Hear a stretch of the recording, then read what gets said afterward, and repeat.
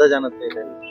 হ্যাঁ, ইনি খুব ভারতীয় জনতা পার্টির বড় নেতা ছিলেন এবং অনেক দিনের পুরনো নেতা। 2019-এর বাই ইলেকশনেও উনি লড়েছিলেন এবং আদর্শবাদী পরিবার। 5 বছর ধরে অসুস্থ ছিলেন। ওনার পুরো পরিবার বিজেপির সঙ্গে যুক্ত এবং বিজেপির আদর্শে এই পরিবার দীর্ঘদিন ধরে কাজ করেছে।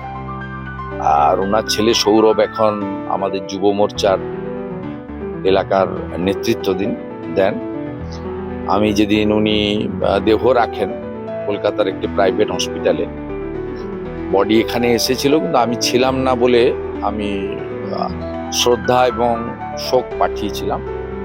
আজকে ওনাদের ওই আমাদের সনাতন হিন্দু ধর্ম মতে শ্রাদ্ধ শান্তি ছিল।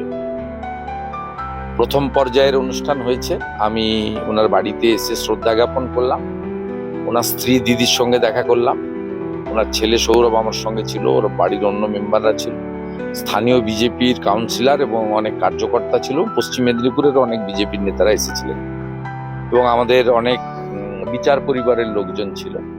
আমরা সবাই মিলে আজকে ঝাজিকে স্মরণ করলাম, তার বিদেহী আত্মার অমরত্ব প্রার্থনা করলাম। দাদা